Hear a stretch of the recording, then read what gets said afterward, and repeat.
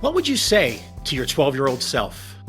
This simple yet profound question has sent me on a journey back to childhood to find healing for today. I'm Mike Nicholson, a lifelong educator with over 25 years devoted to young minds. I'm here to celebrate those dedicated to the service of young people and to delve into how they navigate their personal healing amidst the childhood pain they witness in their daily lives. Together, we forge actionable steps to kickstart the healing journey for the young people of today. Join me as I speak with teachers, mental health professionals, coaches, and more, and uncover the wisdom they would share with their 12-year-old selves. Together, we strive to build a foundation for healing that many of us never had. So what would you say to your 12-year-old self? Special note before starting, this podcast is in no way intended to take the place of any kind of mental health assistance. We are simply having discussions about healing and learning and growing. If you need mental health attention, please seek a professional. Hello, and welcome back once again to another episode of Your 12-Year-Old Self. Today, my guest is Lynette Munich. She's a native of New York City, veteran of the U.S. Armed Forces with over 20 years in education, and now a Neuro-Growth Learning Success Coach. Lynette is a proud mom of University of Central Florida graduate. She resides in Orlando, Florida, and continues to serve students in the public school sector as Dean of Students and as a Learning Success Coach. Please welcome Lynette Munich. Lynette Munich, welcome to Your 12-Year-Old Self. Thank you so much for coming and being on the show.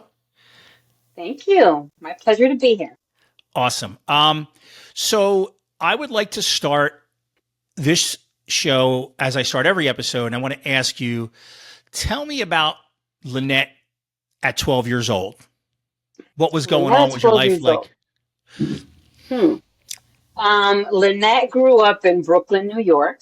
I am a product of the New York City public school system. My 12-year-old self did not have it very easy. Was raised by a single mom on welfare.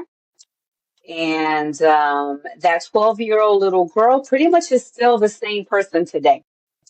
My mom raised me really believing in school and education as my ticket out of the ghetto, pretty much. And she was right. And when I was little, even farther back than 12, I'm going to say maybe 4, I remember her telling me these wonderful, beautiful stories of this magical place called school. And I remember my first day walking into kindergarten. That was way back in the 70s when kids went half a day. And I remember walking into this beautiful room and this beautiful looking, I thought she was really beautiful, my teacher, Mrs. Becker. And I've always loved school ever since then. And I always, like I said, I was raised with really believing that school was going to be my only salvation to a better life. And it was a lifeline for me. It's funny because I did not go into education after college. I kind of took a little detour. But school has always been number one for me, and I raised my own child that way.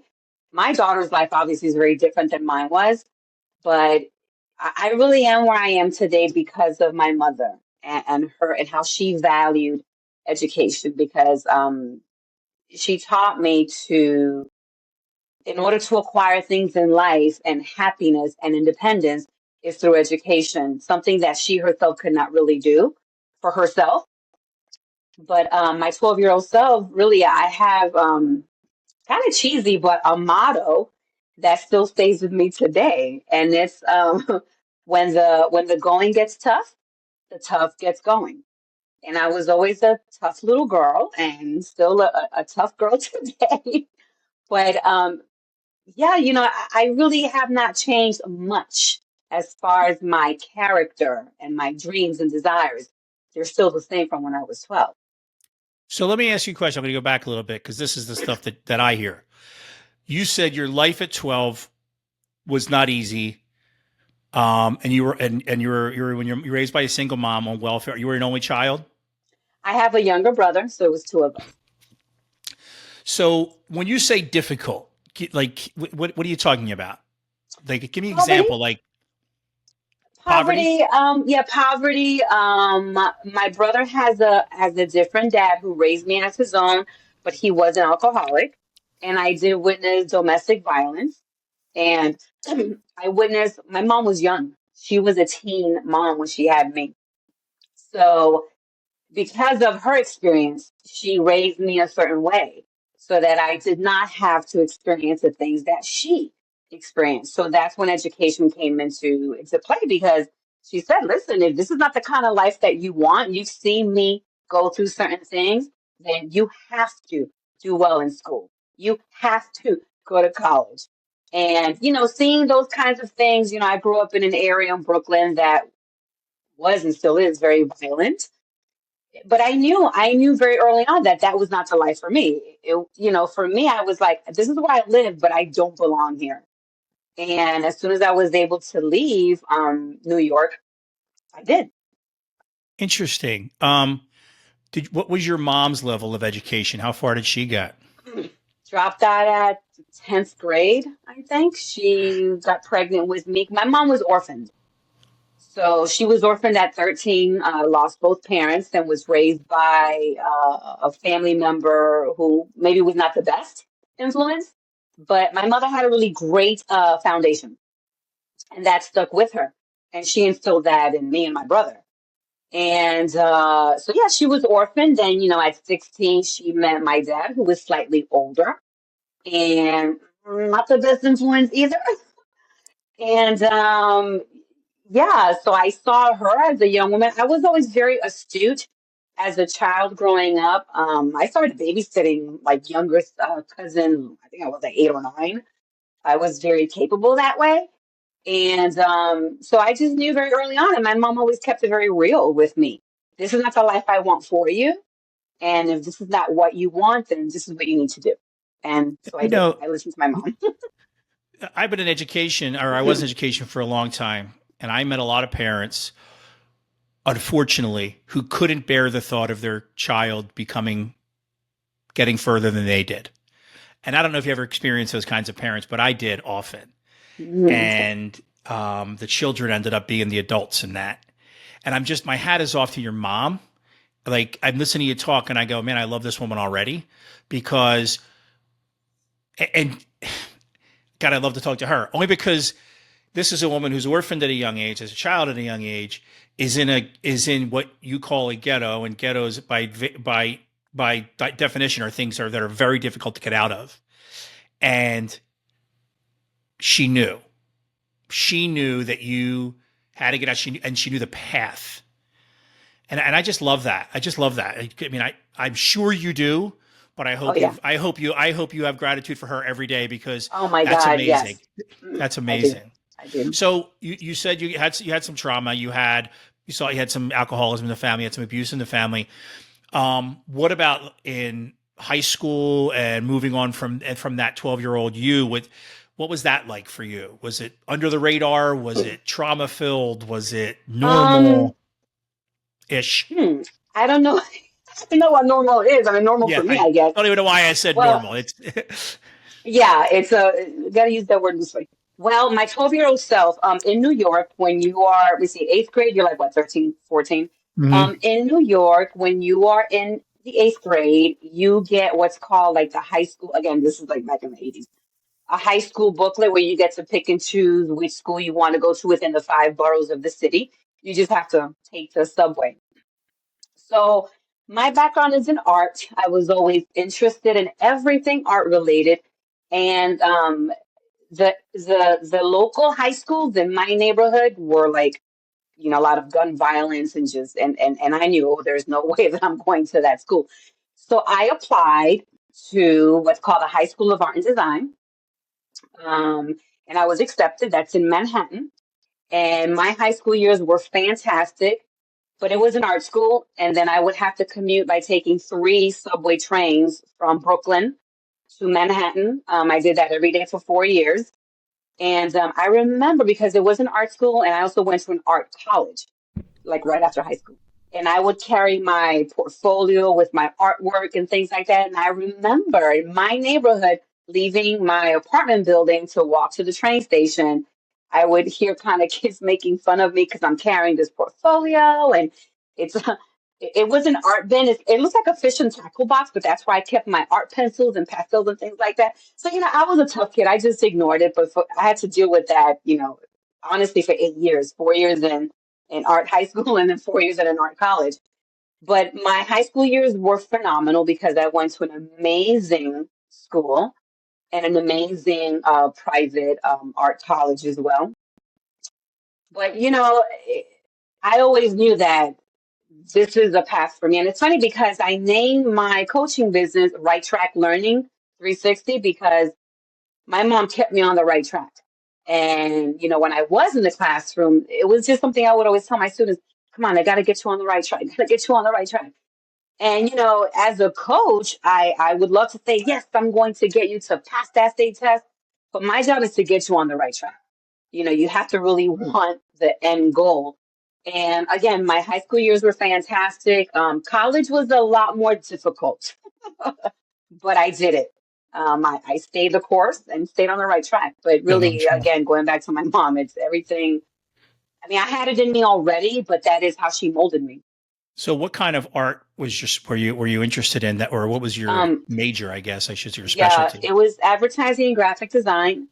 I went to the School of Visual Arts in New York City. It was a school, it was private.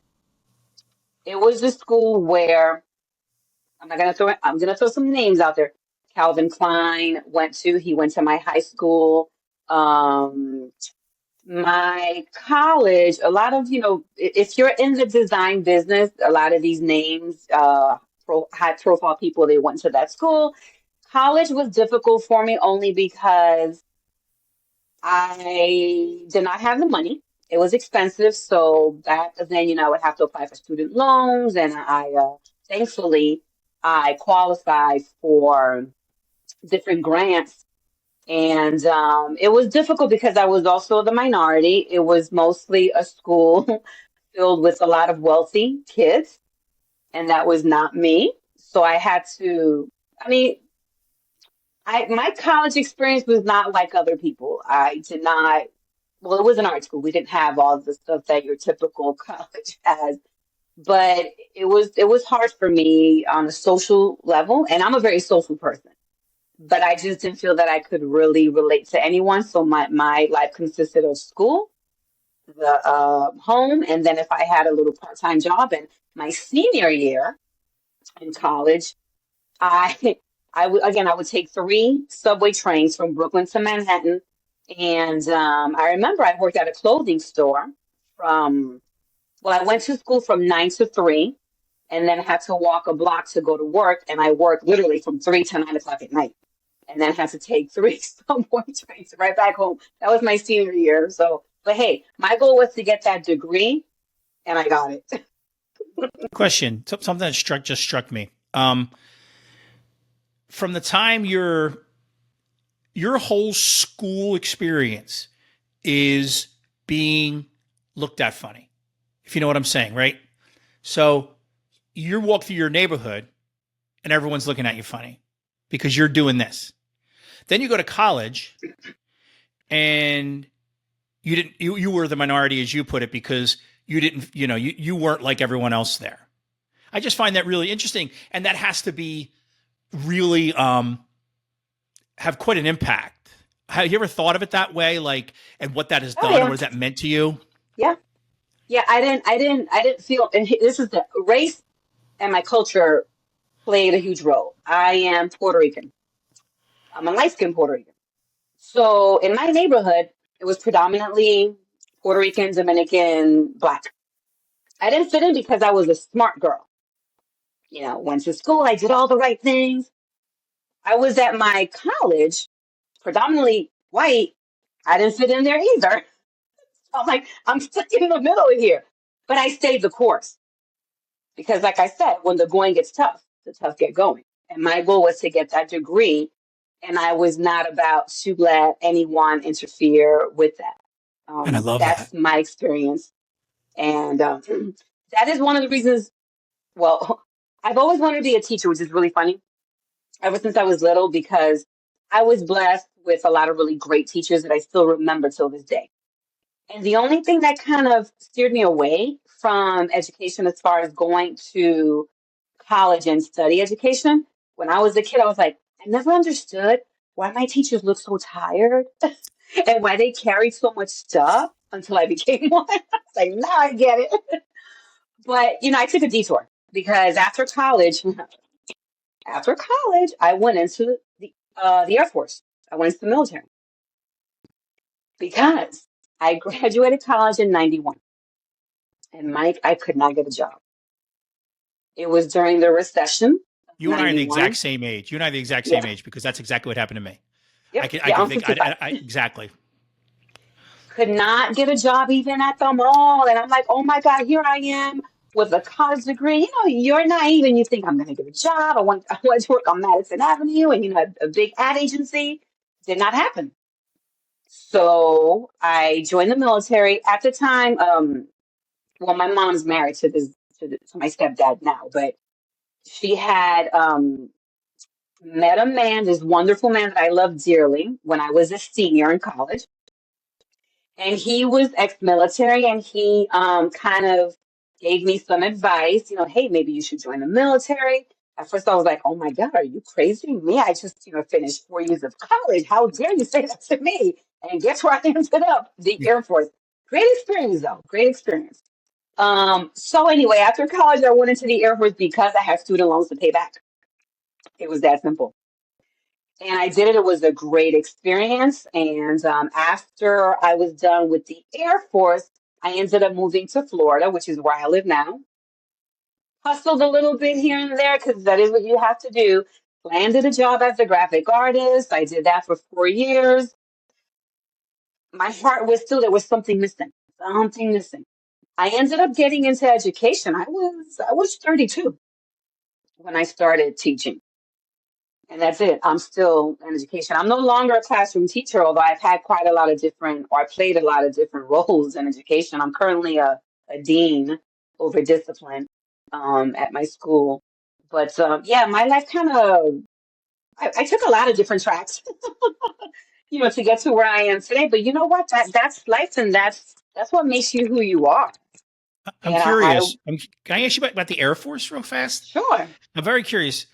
Did you find your people there? Right? Like, because we just talked about the fact that you spent your whole previous 13 years not really having your people. It was always you were an outsider, at least how you perceived it or whatever. Did you find I some kind of did. connection there? Totally did, but I knew that I was only going to stay for 4 years, and that's it because I had a plan. Pay off some student loans, get some experience, and again, it was great. My people, to be honest with you, Mike, are educators. Those are my people. I'm going on year 23 right now, and those are my people. So you and I sound very similar. I was a disciplinarian for a long time too at a middle school. That was the longest administrative tenure that I had, and it's what informed most of why I'm sitting right here talking to you. Because as you and I, as you know, in that role, I keep using the term. There's a real proximity to pain when you're in that role of other people's pain. And I don't think even classroom teachers understand it. And it's quite frankly, it's heartbreaking to see what students come from every day. And I'm sure you feel all this, like the idea that you're responsible for keeping a child safe who wouldn't ever feel safe anywhere else. It's such an amazingly huge responsibility and a huge burden. It is. And Yeah. I wonder, so do you understand what I'm talking about with that? I do. So let me, and this is what led me to this podcast. After I got out, how long have you been doing the disciplinarian thing? This is my third year. I'm going to Okay. my third year doing that. And this is like your first administrative job? Well, yes, we don't really call it administration where I'm from, but I was also for quite a few years an instructional coach Okay. where I would train teachers. So I Right. did that for a while, but I got bored and went back into the classroom for 2 more years and then got back out because I've been in and out. So what did you teach? Um, I taught English language arts, reading as well, intensive reading. So I Okay. did both English language arts and then intensive reading as well. And I actually started out art because that is my background, but a very long time ago. So really, English is what I taught. What level? What level? Sixth, seventh, eighth grade. Okay, that was I was too. Okay, so here's the thing I'm talking about, and when I say I reflect on my career, I retired a couple years ago early because I couldn't do it anymore. COVID and the culture out there has made it very difficult Oh yeah. to at least do the job that we're doing. Um, to be a leader in a public school, especially I live in the Northeast, it's difficult. But anyway, I mentioned that proximity to pain, and these are the conversations I like to have because I'm very curious. How was that for you? Somebody who had their own trauma as a child, that you had trauma at that same age too, right? We just talked when you were 12, Mhm. there was trauma. Do you think about the fact? Are you ever brought back when you're dealing? You have a young student or young person in your office who is devastated and anxious and sad and everything else because of something that's out of their control that caused them trauma. Does that affect you? It does, which is why I think I'm successful at it because I can relate to kids. And even though I am 55, in my mind, I still feel like I am a kid. I'm surrounded by them every day. And, it wears on you after a while because, they're not always the best behaved. But I could really relate to kids. I don't feel like I'm this 55-year-old person and, disciplining kids. No, I'm like, Yeah. I get right there with them. And the kids, they see that. They feel it. They come to after a while it's like, don't come to me anymore. But when they come to you all the time, when you see them out in the street and they come to you, and when the parents, when they're like, you know what, thank you. Thank you for, helping my kid. That means a lot to me. This, like I said, this is my third year going into discipline. My first year, we lost a child to suicide. And the kid was just in my office the week before. And trust me, in this job, and I know you've seen it too, a lot of tears have been shed, because you want to do so much for kids, but then you're limited and sometimes you just don't know what to do. So it's tough. People have no idea how difficult. And when I tell people being in education, it's far more difficult for me than when I was in the military.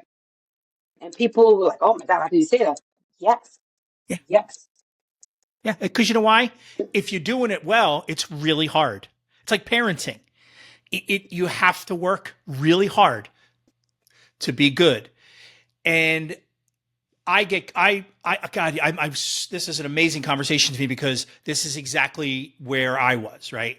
I knew I became very good at my role as disciplinarian. I would get letters sent to the board from a kid that I had suspended so many times, but from their parents about how well I handled that kid, right? And how much I showed my support for that. Like that's amazing, right? So I was doing something right. And it was and again, this is the stuff I reflect on now and go, what was I doing? Why was I doing that? What made it so I could get, in the mud with that kid, so to speak. But at the same time, on reflection, it's heartbreaking. And I always talk about it. The term I use is outside my office door. Some of my greatest moments in that role were working with young people who were struggling behaviorally and their families in my office, and we're all having a great conversation, and there's honesty going on, and it's wonderful. But the second they leave my office, I like you said the word, you're limited at what you can offer them, right? Teachers can only do, and this is what we're going to talk about soon with the coaching. Teachers can only do so much, right? yeah, Because you yeah. have 30 kids. And yeah, that's the thing that drives me is this idea that I it's hard. It's so hard to be that age. And Yeah, especially today, especially yes. today. And it's Yeah. so funny that you mentioned that if you're doing it right, it's not going to be easy. It's funny because two of my coaching students, I met them through a discipline issue, and their parents saw something because they hired me to coach their child. That's great. I That's mean, great. Well, and that's the thing, like, it's just this conundrum because public education or whatever, any kind of formalized education like this, institutional, is so hard because I would make these great relationships with these students that were the problem kids, right? Even though I'm like, hey, you're going to spend some time in suspension or whatever. And we would have a great, and like teachers would come to me, I know you have a good relationship with this kid, but this is happening, blah, blah, blah. It's like, it's just so hard because you can't be just one person, right? Like it's one of those, it's one of those things about just public education or the institution of education. It's just, there's so many things that a child needs that we just can't give them. Yeah. Yeah. So you're doing this and you keep talking about your coaching. How does that decision happen? You go from, okay, I'm a teacher and educator. I want to go be a coach. I will tell you, December 6th of 2022, I witnessed probably the worst fight I've ever seen in my career. It was in a cafeteria, and at the time I might have had, 550 seventh graders in the cafeteria. My school's pretty big. And there was a commotion going on, and I saw this horrible fight. I don't even want to go into it. That has scarred me. And it was shortly before Christmas break that I was like, oh, dear God, I can't do this anymore. I just can't do this anymore. And I kid you not, I got a text message from a stranger that said something like, are you interested in leaving the classroom? And some sort of marketing text. And I was like, what is this? Because I never respond to those things. I decided to respond. I didn't think it was real, first of all. So I responded, and then I got in touch with what's his name again? Cohila's husband? Rod. And he and I met via Zoom. And again, in my mind, I'm like, this is not real. This is not real. This is not real. And he and I had a great conversation, but still, I'm like, I don't know. But I was so desperate because I was under so much stress with the job. And I looked into it, and then I went to I joined a master class. I was like, okay. So just doing research and asking questions and just taking a leap of faith. Totally. So, when people ask me about it, I'm very honest. I'm like, I did the training. It was not cheap. We're teachers. It's an investment. But then I started to think like, well, this is an investment in myself. This is a business. So naturally, it's going to cost. And I put all those fears to the side and I jumped in. I did it and I do not regret it at all. And I tell people, not to talk about money, but again, it is a business that people are going to want to know. And I say I launched officially with a student May 5th of 2023, like before I actually finished the course. By that December, I made all my investment back and then some. And I'm walking proof that this is real. It is very real. And I love it. Good. I'm glad to hear that. So it's amazing because again, upon reflection for myself, the only thing that drives me now is personal fulfillment and being with my family. And working at a school your job is probably a 24-hour job. And to get that balance, to even take that step to get that balance is great. So you start your coaching business for students. What's your tell me about your coaching business. Predominantly academics with reading, writing, and so forth. I do have, I haven't really done the life coaching by itself, but it is incorporated in what I do because I do offer some packages. Like I said, the bells and whistles of my coaching is the academic piece plus the life coaching and executive functioning training as well. And parents just love it. They love it. And then with the students that I re-enrolled, I worked with them for 10 months, and the parents, they saw the difference in just 10 months, not just academically, but here in Florida, the state test is a big thing and it's constantly being pushed, and parents wanted to see an improvement in that. And we saw it. And that's just because that's what the child wanted to as their goal. And, it made me so happy, and it is fulfilling because it's different. It's one-on-one, it's private, they get what they get at school, but with me, it's the extra push. So that's primarily what I focus on. I do want to get into the life coaching as well. I think I have to feel a little more confident with that. But then I'm thinking, gosh, what I do every day is Yeah, life don't skills. overthink that one, Lynette. Yeah. Don't overthink that one. And that's the same thing that happened to me. That that's all I want to do is coach teens into understanding you're not alone, you're not crazy, everyone's feeling how you feel, Yeah. and it's all going to be okay someday. And because it's hard, it's just hard to be that. So I'm curious though. You said you do because what you do is very holistic, right? Is what it sounds like. Hmm. And that's where the life coaching comes in. You're Yeah. working on their confidence and everything else. So, do you think which one do you think is serving the other? Like like is the confidence building serving the academic side, helping those test scores go up, or the other way around? I would say it's the confidence building, and the people, the soft skills, right? You got to get that confidence built because they have to believe that they can do it.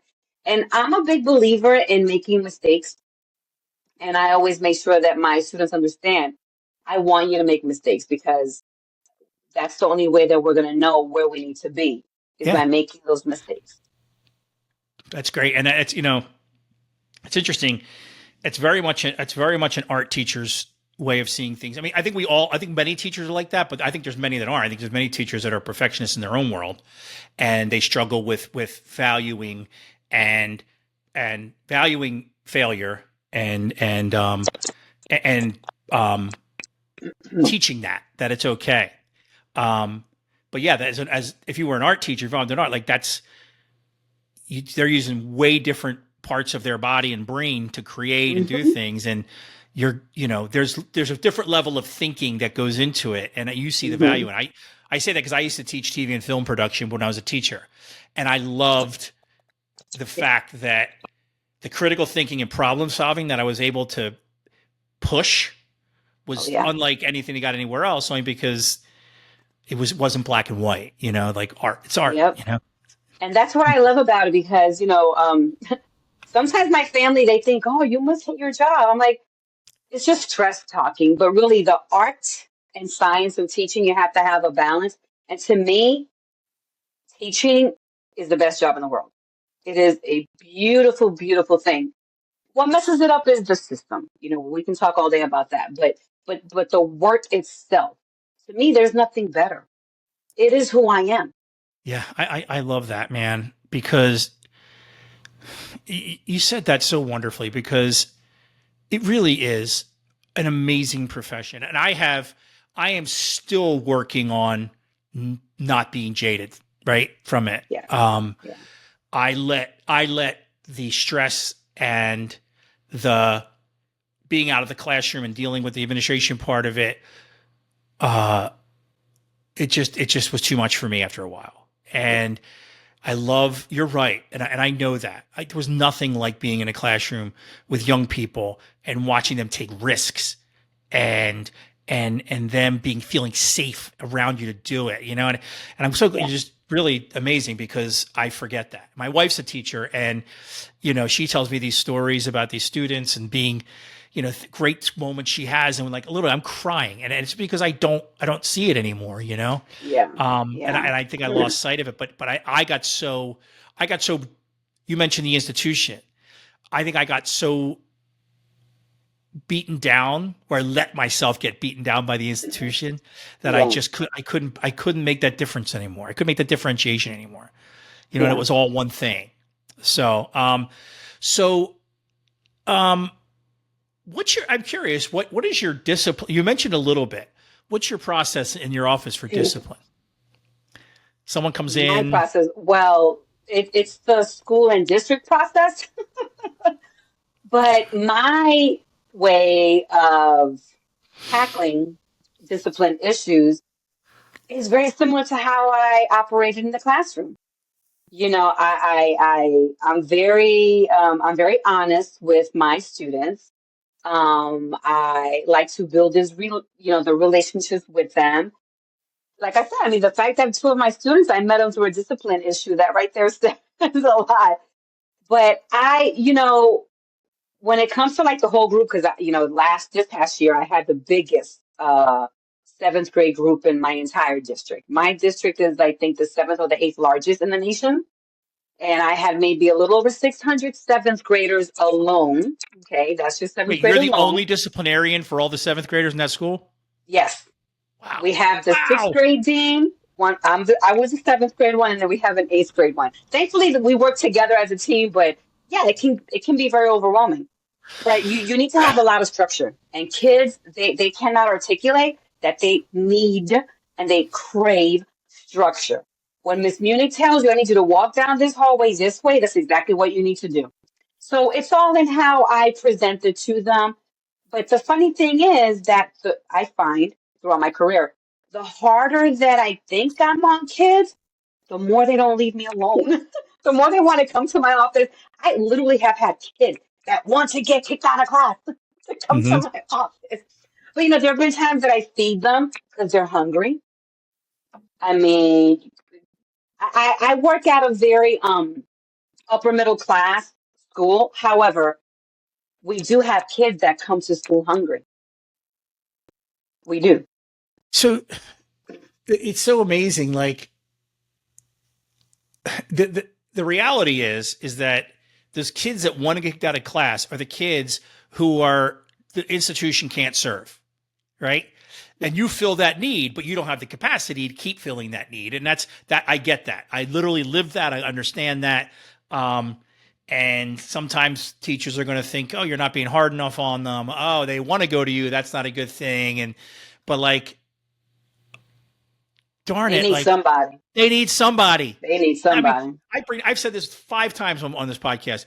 The research says if these kids know or think one adult loves them, they're going to succeed at a greater percentage, a higher percentage. So like what? And again, to me, it's a question that is just impossible to answer. What do you do with that? Right? What do you do with those students? How do you serve them? And what we serve them, or at least you get to serve them by coaching, because that's the students we're talking about. Yeah. Amazing. Yeah. It's amazing. I love talking to you.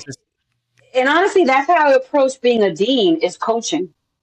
Yeah. Is what it is. And I'm thinking of my one girl. I love her to death. Her name is Alexis. This girl came to us from another school. She was literally at my school a week before she was suspended the first time. I probably suspended her 4 times. It was for fighting. But I will tell you, Mike, maybe a month before school ended or 2 months, that girl was she was my shadow. That I put her to work in the cafeteria, just helping on and picking up trash. And that gives kids a feeling of purpose. A feeling of purpose. And just something that simple. When that child walked off campus on the last day of school to get on the bus, she was in tears. I was in tears. Because I know this child comes from a home that may not be the most conducive to a healthy upbringing, but she gravitated to me, and I can't just ignore a kid in need. Yes, everyone cast her to the side because she was difficult, but she needs love.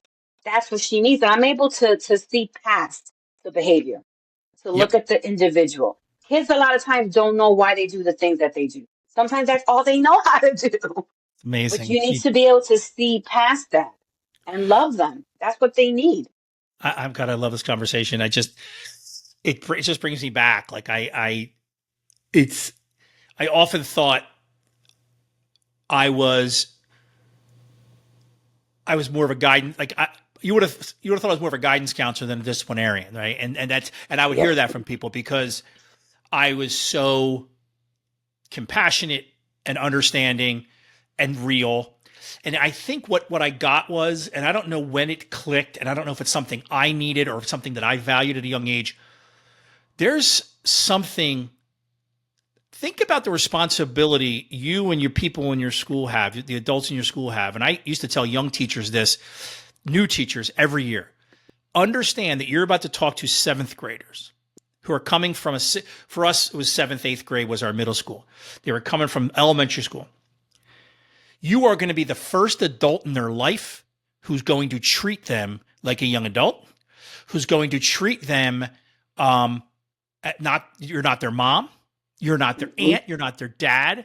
You're a completely new human being who is going to choose or not choose to treat that person to show that person some respect on their own merit, right? Correct. Yeah. God, that's a huge, huge burden, right? It's not a burden, it's a responsibility. It's a huge responsibility. And I think that's what happens. I think when this kid only knew how to get attention by acting out. Yes. And you went, yeah, okay, you're going to come to my office. We're just going to be real with each other. I'm going to still give you discipline, but yeah, let's talk. Love that. Yeah, I love it. Love it. Love it. Love it.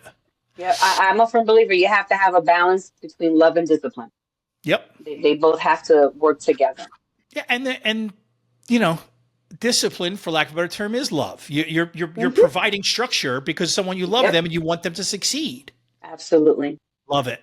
All right, let's let me start getting to my final couple questions here, if you don't mind. Sure. So I'll give you some background. I told you about I retired a couple years ago. I'm reflecting about my own childhood, about my own life and my own experience with education and young people. And I started just really reflecting about why did I go into education? Did I go into education because I was trying to serve a kid, trying to give students that something I never got, and I do believe that that's the case. And I just been, not perseverating, but was weighing on me. And I was going through Instagram, looking at reels or whatever, and this meme pops up. And it says something like, my therapist gave me this exercise. It says, imagine standing outside the bedroom of your 12-year-old self. What would you go in and say? Well, first of all, I couldn't get through the whole thing. No joke. I was so overcome with emotion when I read it. Mm-hmm. It hit me because I'd been reflecting on this and had been thinking about it.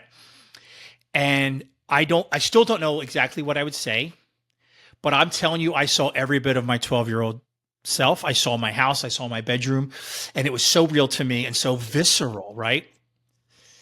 And I saw an opportunity to go, this is an interesting exercise. So the next day I run into a friend and I tell him the story and he goes, yeah, my therapist just had me do that. Right. And I'm like, oh, that's really interesting.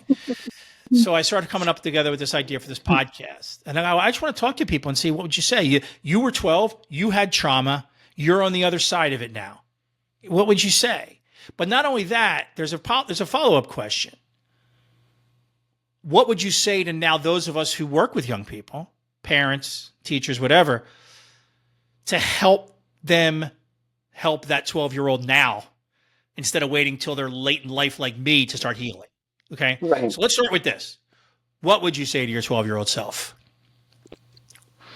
I would tell 12-year-old Lynette to stay confident. As a 12-year-old, for a young girl, you're always comparing yourself to other girls that might not pretty enough, my hair, all this, stuff that a 12-year-old will go through. But I would say, see, there was something my mom has said to me. She has said to me, and it was about that age. She said, Lynette, you're not better than anyone, but no one else is better than you either. And that stuck with me because I remember as a 10th grader, I had a summer job and I was about to go into the 11th grade and I was working with another camp counselor that said to me, oh my God, 11th grade is really hard, really hard. And I said to myself, well, I can do it because other people can. I can do it. And it's funny because before I started teaching, I worked in advertising and stuff, and I wanted to change careers. And I had gone all the way to the district to talk to the head guy in HR, and he said something to me that I did not like. He said, "Are you sure you can do this?" And I was thinking to myself, "Who do you think you are?" And I was like, "Yeah," and that was 23 years ago. So yes, I can do it because, like I said, when the tough get going, the when the going gets tough, the tough get going. But I would tell that little girl, stay the course, believe in yourself, listen to your mom. Your mom knows a lot of what she's talking about, but don't give up. Definitely don't give up, especially when things get difficult. And thankfully, that has stayed with me. And You I say that, tell my daughter the same thing. could you say that again? What your mom used to say? What did she used to say? She said to me that, Lynette, you are not better than anyone, and no one is better than you. God, I love your mom. Your mom's still with us? Yes, yes, she's Oh, I still with love us. that. I love that for you. Yes, I love that for her. That's amazing. Okay, thank you for that. I appreciate that. Now, you're very what welcome. advice? What would you tell? And you probably give this advice to teachers. How do we help those of us that work with 12-year-olds, have 12-year-olds of our own, teachers, parents, whatever? What advice would you give them to help that 12-year-old now? Yeah, a piece of advice I would give them is for some people, it's very difficult to go back, even if they had like an amazing life.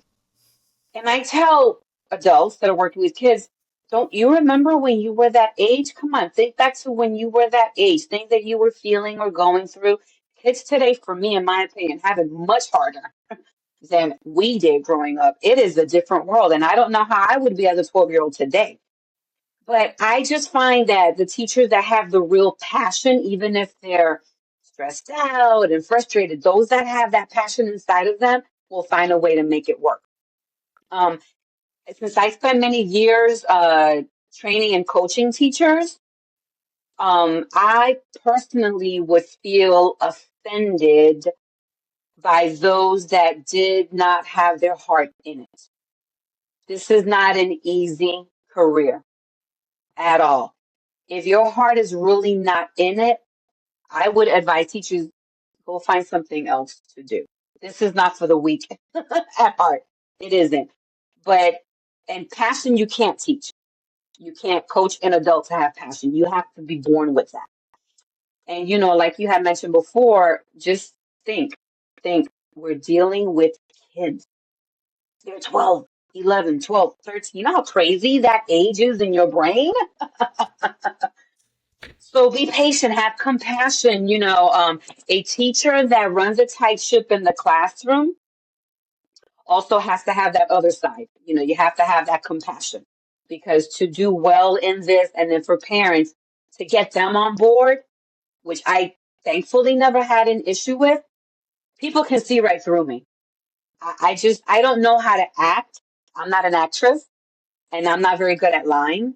So I keep it very real with the adults. Just try to go back to when you were a kid. Remember, these kids, they need someone to guide them the right way. That's where we come in. Is it easy? No. I'm a parent too, so it is not. And my child is already 23. Sometimes they get harder as they get older. But, kids can see right through us and they know if this teacher or this adult really cares about me and then the one that doesn't. So I always ask teachers when I was a coach, what kind of teacher do you want to be? That's great. That's great. Yeah, there's a certain amount of vulnerability that they have to be able to offer in that classroom because I think more than anybody, because their brains haven't formed yet, because they're constantly trying, their bodies are constantly trying to just detect anything. Young kids, they know real more than anyone. Yep. And if you think you're gonna lie your way through that and try to be something you're not, good luck. Yeah, I Good love luck. it. Lynette Yep. Munich, thank you so much for just a wonderful conversation.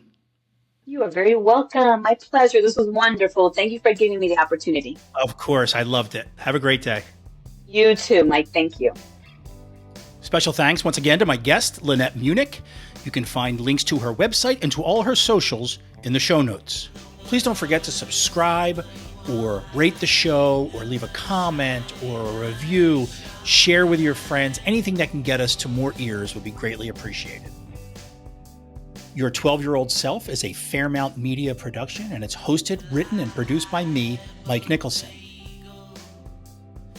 Questions, comments, guest suggestions can be emailed to your12yearoldself@gmail.com. That's your 12-year-old self with the number 12 at gmail.com. The theme song is Never a Worthless Moon by Yawns. Logo design by Rose Bear Arts. Digital marketing consulting by Krista Lemon. Social media consulting by Jessica Hawk.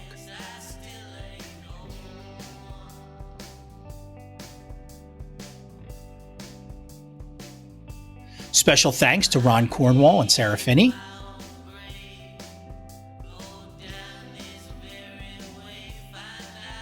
And my profound gratitude goes out to my wife, Courtney.